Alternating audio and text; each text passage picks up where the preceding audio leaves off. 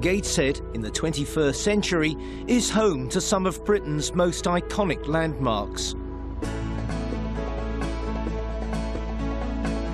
There's the dazzling individuality of the Sage Gateshead. The majestic Gateshead Millennium Bridge. The imaginative rebirth of Baltic Centre for Contemporary Arts. And the brave originality of the Angel of the North. But more than 30 years earlier, Gateshead had begun its regeneration through sport, where the icons could not have been more human. It's going to be inside it. Come on, Brendan, all the way through the tape he goes through. 35 seconds, 7:35. Brendan Foster was a council officer when his 3,000-metre world record launched Gateshead as an international centre for sport. The international stadium soon earned a worldwide reputation. But sport in the town didn't stop on the track.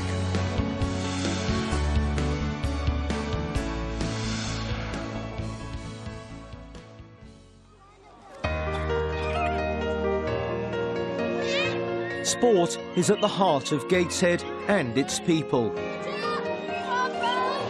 It means realising potential,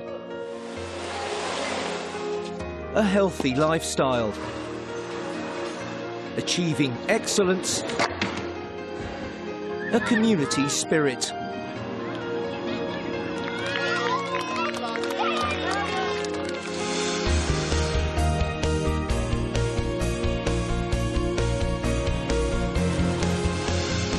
The sporting focus in Gateshead will always be to improve opportunities, increase participation. 900 youngsters turned out for the 4 days of the Gateshead Junior Games. This heat is at Saltwell Park. Basically, it's grassroots athletics, and when we say grassroots, we really do mean grassroots.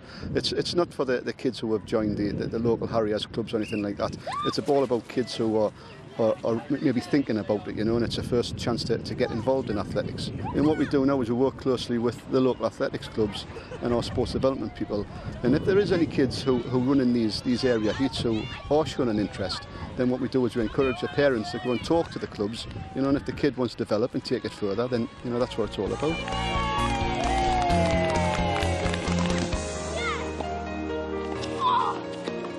This is a Year 5-6 mini tennis competition, open to all primary schools within Gateshead. It's one of many central run tournaments we run as a school sport partnership. We look to provide the school with as much sport and physical activity opportunity as possible. So that ranges from tennis today through to rugby union in the winter and football competitions and cricket that we're running at the moment as well. So it's a broad range of sports that we offer.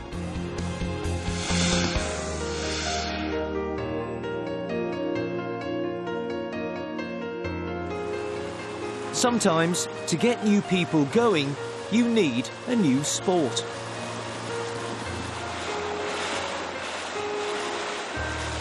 Rowing on the Tyne, this is virtually where the sport started. The River Tyne used to have over 30 rowing clubs on it. Formed the club 2 years ago. We don't want to major on the elite side of rowing. We want to give people the opportunity to find their own level. Whatever they want out of rowing, we hope to be able to offer it to them. Right, guys, build up. We're trying to allow people to do sports they wouldn't necessarily do normally. They're not mainstream sports, and we want to give people at Gateshead the chance to try those kind of things. There are development pathways for those that come and really take to a sport. Everybody talks about this obesity crisis, you know, and anything that can be done towards encouraging people to get out and take some form of exercise is very important.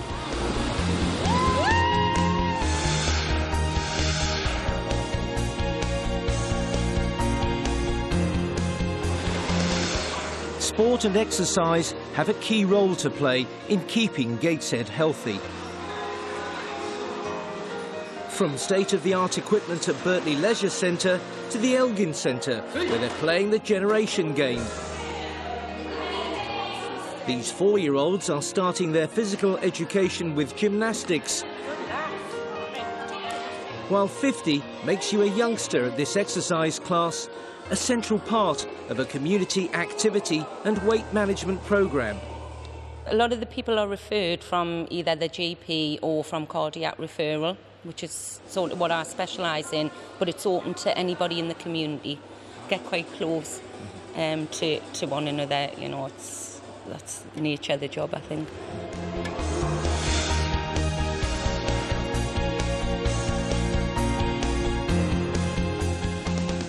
Just yards away from where Brendan set his world record is the superb facility that houses both the English Institute of Sport and Gateshead College's Academy for Sport. Their annual presentation evening celebrates the success and the achievements of students.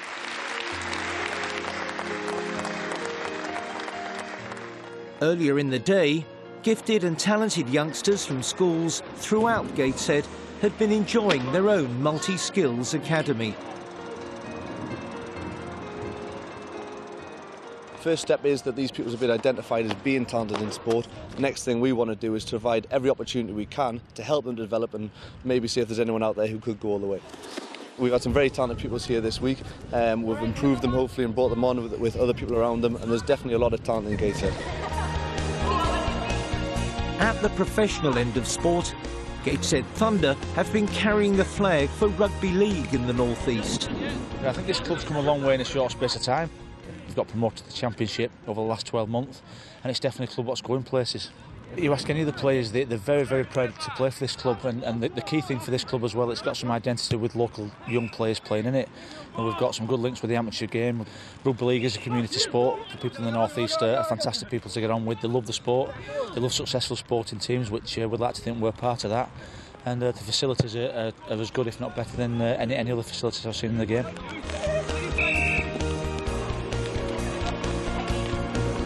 And the International Stadium is still home to the town's most famous sporting institution, Gateshead Harriers.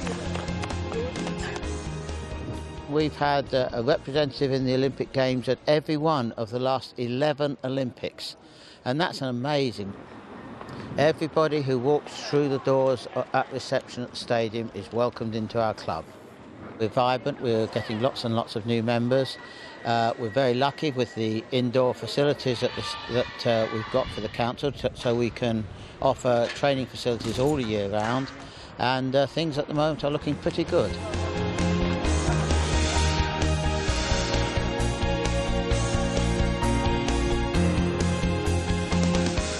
On Tyneside, there is no close season in football, the region's great sporting passion. Here, the town's revitalised Premier team, Gateshead FC, are finding success has spread right down to the number of 10-year-olds wanting trials to join the club's newly expanding youth section. A second successive promotion has taken Gateshead to one rung away from the Football League. Even so, they still can't quite manage a trophy collection like Cleveland Hall Football Club. Gateshead's always had a tradition of sport, and in particular football. At the moment we have 26 teams, so that equates to about 400 plus youngsters and a senior girls team. We have on the books about 62 volunteer coaches. Without their volunteers, sport in Gateshead just would not survive. A year ago, we signed the first ever partnership agreement with Gateshead Council, which clearly outlined our responsibilities for this building, what they expect from us, and also what we expect from them as a local authority. And thankfully this partnership is working very well. No club encompasses the community spirit that sporting Gateshead can generate more than Birtley Boxing Club. It is a hard sport and you must be disciplined. I think it changes people's lives and they have something to believe in. We run recreation sessions, we'll have a kids club class which is non-contact. We work with people from varying backgrounds, from some disadvantaged youngsters, some at-risk youngsters, tackling obesity. And it's about being part of the community, which is the massive, massive part of it, I think. The North East spirit and pride that's what we try to put into the youngsters.